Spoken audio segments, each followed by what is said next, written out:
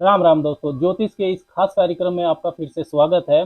शनि आने वाली 4 नवंबर 2023 को सर्व शक्तिशाली होने वाले हैं। अपनी ताकतवर स्थिति में वो आ जाएंगे। अपनी मूल त्रिकोण राशि कुंभ में वो मार्गी होने जा रहे हैं आने वाली 4 नवंबर 2023 को।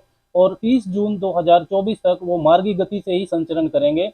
शनि देव कर्म फल के दाता हैं। काल पुरुष का जो जन्मांक नेचुरल जोडियक होता है, जो कि मेष लगन का होता है, उसमें शनि देव 10वें और 11वें भाव के स्वामी बनते हैं। मकर और कुंभ राशि के वो स्वामी है। मतलब आप किसी भी राशि या लगन के व्यक्ति हो, आप मेहनत कितनी करेंगे और उसका फल कितना पाएंगे, इसका निर्धारण शनिदेव करते हैं। अनुशासन व सीमाओं में रहकर विद इन डिसिप्लिन एंड कन्फाइनमेंट्स संघर्ष करना ये शनि सिखाते हैं। ज्योतिष में सबसे बड़े टीचर, लाइफ लेसन देने वाला ग्रह यदि कोई है तो वो शनिदेव है। अनुशासन व सीमाओं में रहकर कर्तव्यों व जिम्मेदारियों को निभाना शनिदेव ही सिखाते हैं। जब तक आप जो चीजें हैं उनकी प्राप्ति के काबिल नहीं हो जाते, किसी भी फल की प्राप्ति के आप काबिल नहीं हो जाते, तब तक शनि संघर्ष कराते हैं। इसलिए शनिदेव रियलिटी ऑफ लाइफ, जीवन की वास्तविकता के कारक हैं। जिम्मेदारियां ठीक से नहीं निभाई जाएं तो शनि जीवन के विभिन्न क्षेत्रों में विलंब, रुकावटें और आपको आलस्य भी देते हैं। निराशा, भय और एंजाइटी भी शनिदेव ही देते हैं। रोजगार, नौकरी, व्यवसाय के लिए शनि का महत्व सबसे ज्यादा है। इसलिए शनि जब भी वक्री होते हैं या मार्गी होते हैं तो ये एक महत्वपूर्ण घटना होती है ज्योतिष में।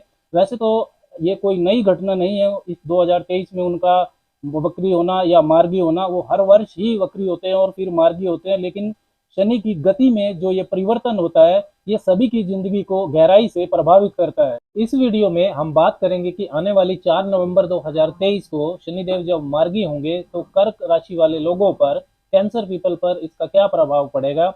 चंद्र राशि, जन्म की राशि पर यह वीडियो आधारित है। आप इसको लगन की राशि से भी देख सकते हैं। आपकी राशि, लगन की राशि आपको नहीं पता है तो आप नाम की राशि से भी देख सकते हैं। कर्क वालों के लिए शनिदेव सप्तम और अष्टम इन दो भावों के स्वामी बनते हैं और 8वें भाव में ही अपनी मूल त्रिकोण राशि में वो 4 नवंबर को मार्गी हो जाएंगे।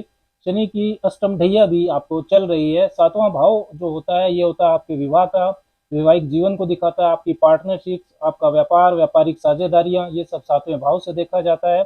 अष्टम भाव को समझे तो ये सडन इवेंट्स का होता है। अचानक जो घटनाएं घटती हैं, अचानक होने वाले उतार चढ़ाव, ट्रांसफॉर्मेशंस, जमीन के नीचे दबी हुई चीजें, गुप्त धन, गुप्त विद्या, अकल्ट, तंत्र मंत्र, ज्योतिष, ये सब भी अष्टम भाव से देखा जाता है। इसके अलावा रिसर्च, वसीयत का मामला, इनहेरिटेंस, ज्वाइंट एसेट, जीवन साथी का धन, इन लाज, ससुराल पक्ष भी अष्टम भाव से देखा जाता है।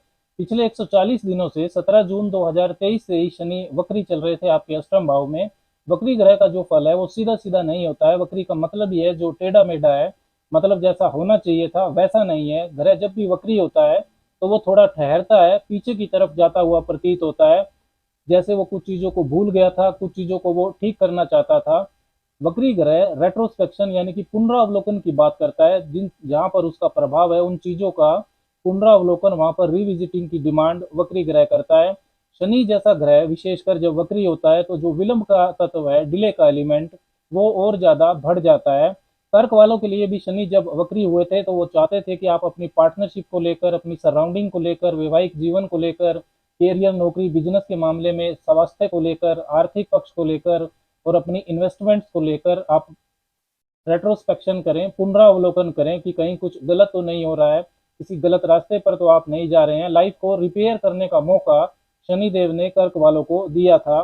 कर्क वालों के लिए पिछले 140 दिन में रोजगार में अनिश्चितता रही। वर्क पॉलिटिक्स का आप शिकार हुए। करियर में काफी अड़चनों का सामना करना पड़ा।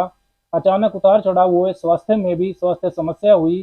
पैसा फंसा। आर्थिक पक्ष में आपको परेशानी देखने को मिली।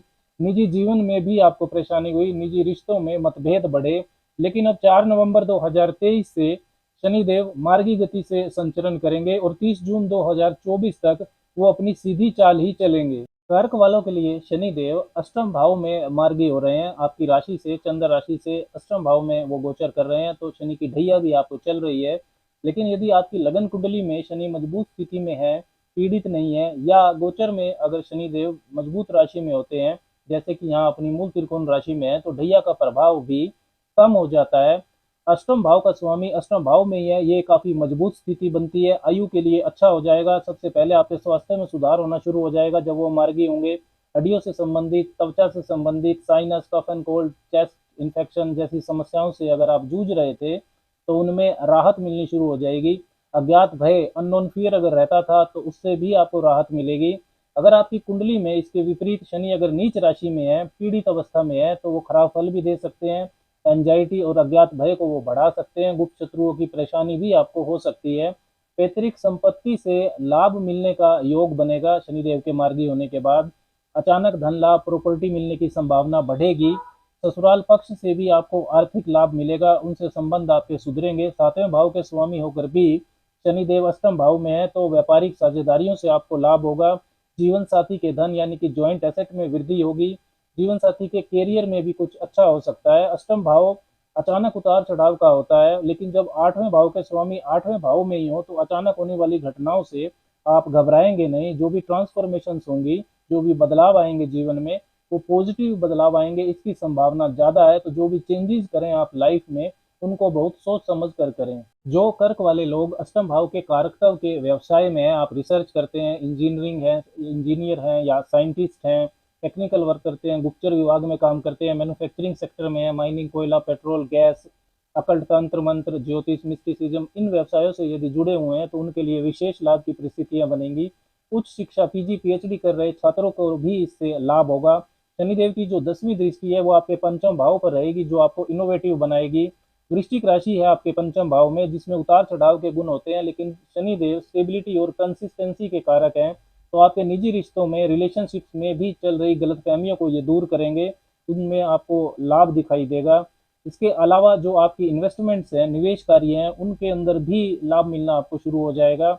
लॉन्ग टर्म इन्वेस्टमेंट जो हैं उन पर आपको ध्यान देना चाहिए। शॉर्ट टर्म इन्वेस्टमेंट्स या गेमलिंग के लिए शनिदेव सपोर्ट नहीं करेंगे। शनिदेव की तीसरी दृष्टि दसम भाव पर और सातवीं दृष्टि दूसरे भाव पर रहेगी, तो आपका जो वर्क प्लेस है वहां पर आपको रिलीफ मिलेगा। कैरियर, नौकरी, व्यवसाय में आप बेहतर परिवर्तन या विस्तार कर पाएंगे। अचानक लाभ की संभावनाओं को भी शनिदेव दिखाते हैं। पार्टनरशिप से, आपकी क्रिएटिविटी से लाभ की स्थितियां बनेंगी। आपका जो फंसा हुआ पैसा है वो निकलना शुरू हो जाएगा। विशेषकर लॉन्ग टर्म इन्वेस्टमेंट जैसे फिक्स डिपॉजिट्स वगैरह हैं, उनसे आपको धन की बचत जो है वो बढ़ेगी। आपका जो हायर लर्निंग का प्रोस्पेक्टिव है वो भी शनिदेव अच्छा करेंगे। देखिए, शनिदेव कुंभ राशि में मार्गी हो रहे हैं। कुंभ राशि को अगर हम समझे तो ये सोशल नेटवर्किंग को, समाज, सोसाइटी से लाभ लेना, सोसाइटी की तरक्की, वैज्ञानिक सोच जिससे पूरे समाज का भला हो, इन चीज़ों को रिप्रेजेंट करती है।